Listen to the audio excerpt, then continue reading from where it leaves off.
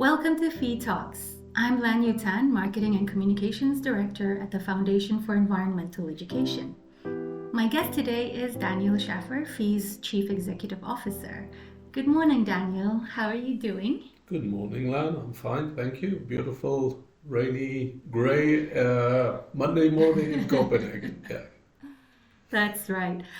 So, Daniel, as we approach the end of the year, let's have a look back. What are some of the key highlights you'd like to share with us?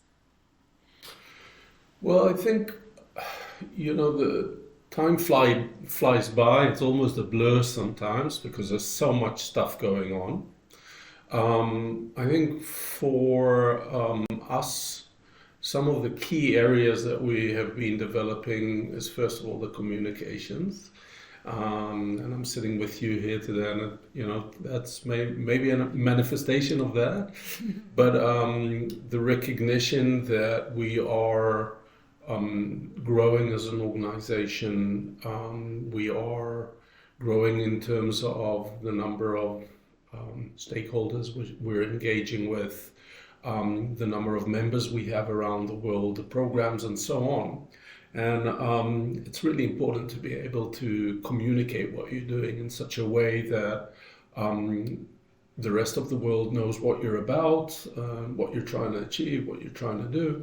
So I think we have a tendency all to kind of stick our heads down and do the work, but it's really important that we communicate what we're about, what we're doing. So I think that's a big step in what we've been doing.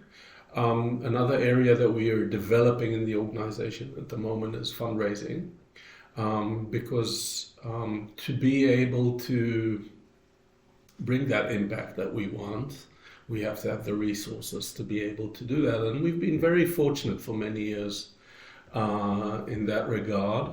But there's a lot of other good organizations that are doing great work out there as we are, and the resources are scarce. So that's an area that we felt we have to develop. There's some large scale developments in terms of regulations, particularly in the EU, that are impacting the work that we're doing. And adjusting to changes is always complicated and a difficult task. So that's been a huge thing that we're doing. And at the same time, we've got 110 member organizations operating all over the world, running each running a number of our programs in most cases. And that requires constant management. So there's a lot going on. And the environmental challenges are not disappearing; they're just getting worse in many ways. So this is a very busy time for us. We almost look at it from COP to COP.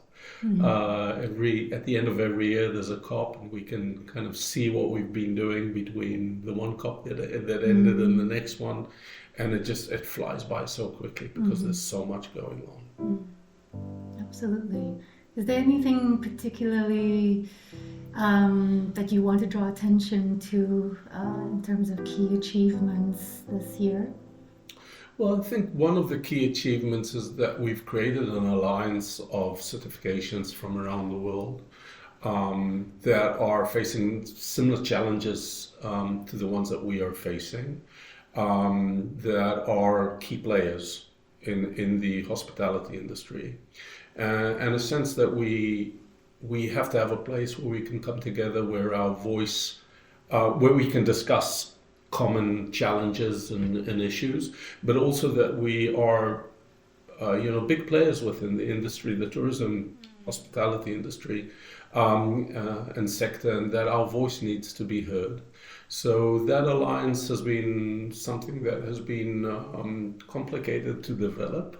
Everybody has an agenda, everybody has an angle, but to look for that common ground between all of us and to be able to come and sit together and create this, I think, and the fact that we were initiators in this process, not the only ones, but we were definitely initiators in this, I take pride in that. And I think that was a great achievement. I think the fact that our numbers are growing all the time in terms of the impact that we're bringing through our programs, that's always an achievement. Just on Friday, we had a Christmas lunch for our team. And I said that we have to, the best way to actually figure out what you're about is when you go and visit a school. Because that's where you actually, the Tetris blocks fall into place in terms of why what we're doing is important and what kind of impact we're bringing. So, there's a lot going on. There's a lot of achievements. We've got a fantastic team that is working very hard to try and, manage and direct this very complex little operation we're running here in Copenhagen. And at the same time, a strong recognition that everything that we're actually achieving is done by our members. So that is a very important thing to remember. In the end of the day, we're helping develop, we're writing things, we're creating policies and so on, but the people that are actually pulling off this great work that FEE is doing is the member organizations operating each one in their respective countries. Absolutely. Thanks for sharing that, Daniel. It's certainly very uplifting to hear all of the things we've done so far. But what about next year then? What are the main priorities for 2025?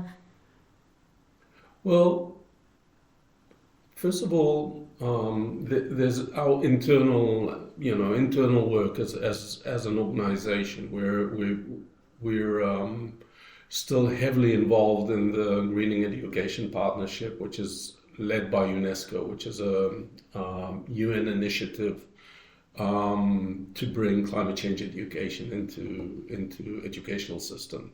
This is something that we've been advocating for a long time, and now it's materializing, and I think there's more understanding in educational systems how important this is, and we're playing an important role there.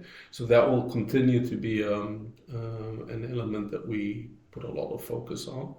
We're looking at elements of our strategy, which is called Gaia 2030, which is a 10-year strategy which we developed that focused on three main areas, which are climate change, loss of biodiversity, and the issues of environmental pollution.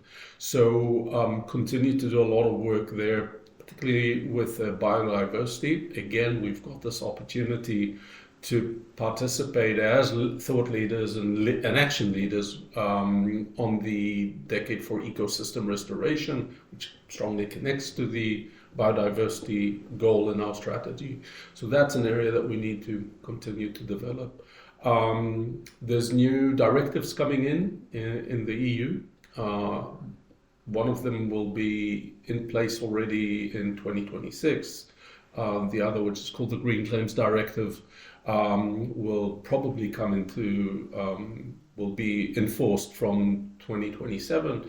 And this requires a lot of changes, particularly in the way we manage our hospitality program. So a lot of work's going into that. First of all, figuring out what it means. Secondly, adjusting our programs, and then having to train, our network and bring them, together with us to be able to adapt to those changes. Changes are always complicated. I think other things that I see as big challenges, I think we're living in a very polarized time politically. Yeah. I think we can see this in many countries around the world. And the question I ask myself is, how do we ensure that what we're doing is mainstream? How can we ensure that, political pendulums don't stop or impact our ability to continue to raise public awareness on things that are so important, like climate change, like loss of biodiversity and pollution? How do we make sure that educational systems see this as a mainstream area that they need to work on, despite the political changes, that we see? So I think this is something that we need to pay a lot of attention to, and make sure that we manage sensibly. and not fall into some of the traps that we see around us, to make sure that we actually do what we're supposed to be doing. So these are just some of the big challenges that I see in front of us. In 2025, we're going to finish a process that we've been running for a couple of years, which we call Feet for Purpose, which is an effort by our board of directors and myself, the team here, and many of our members who participated in this Feet for Purpose process, which is really looking at our structure as an organization to ensure that we are able to deliver what we set to deliver in terms of the diversity of our members, the regional areas, or the regions that we operate in. So kind of adapting our organization to the ever-changing world we're in, but also to the fact that we're growing. And because of that, we need to accept the fact that things that have been done for 30 years might not be relevant anymore in the way we operate. So these are the other areas, and hopefully within the first half of 2025, we will have this process finalized and approved by our members and set into motion. And by doing so, bring our organization a step forward in terms of relevance. So all these are things that we're busy with. And it's not boring times, that's for sure. So what are you looking forward to the most then in 2025? In some areas it's clarity, it's being able to, like things like these European directives that are really lay heavy on my desk. And as they are still, or in some cases, are still being written, it's that creates a lot of uncertainty. So being able to know exactly what you're dealing with is important for me as a manager. I think a General Assembly that we're going to have this year, we have them every 2 years. This one will be in Crete in the summer and in late May. And for me, that's always a great opportunity to meet the members and to discuss things with them and to see what's bothering them, what are their needs, and so on, and also to meet many old friends. So I look forward to that. A new board of directors, a new president will come in, so I'm going to have a new direct boss, and learning the ropes there is also important. So there's a lot of things that you look forward to. Personally, I like change and I like challenges and I like sometimes rattling the cage and so on. So if things are too stagnant, too repetitive, it gets a bit boring. But I guess be careful what you wish for. Yeah. Thank you for that. Well, there's certainly a lot to look forward to. Clarity and change are the key words that I hear you say. I'm also looking forward to the General Assembly. It'll be my first one, so I'm really excited about meeting the members as well and nurturing a collaborative partnership with them. Yeah, and I think also we're, Lan, with your support, we've been busy now setting up a new working group for our communications.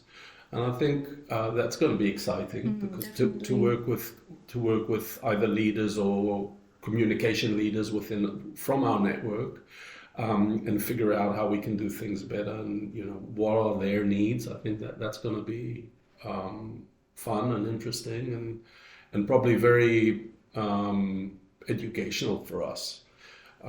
So there's a lot of things going on like this. And at the same time, there's a lot of mundane tasks that are constant and have to be done and dealt with. So it's managing these changes with the things that you usually have to do, like quarterly board meetings with all the financial reporting. And, this is also part of the work.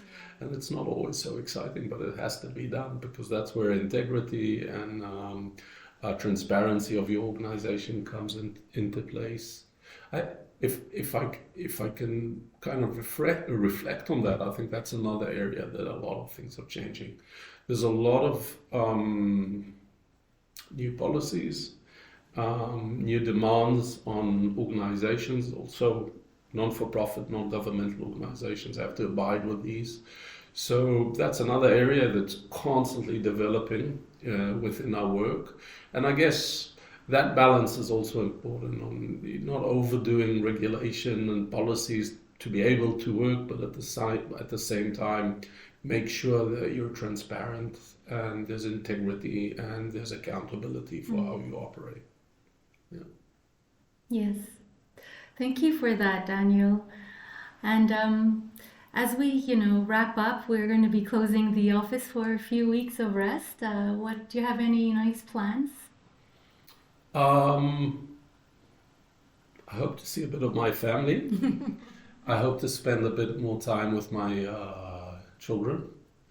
I hope to be able to clean the garage. That needs attention. So maybe having a little bit of a break and just being able to be around the house and spend time around the fireplace with my children and lovely wife. That would be a great way to recharge batteries. It's very important. It is indeed. Yeah. Well, thank you very much, Daniel, for sharing and for reflecting on the past and the future. Mm-hmm. It's going to be some exciting months ahead for 2025. And thank you very much to everyone for listening. We'll hope you'll join us again for more news and updates. And with that, we wish you all a very happy Christmas if celebrating and a joyful new year. Thank you so much, Lan. Thank you.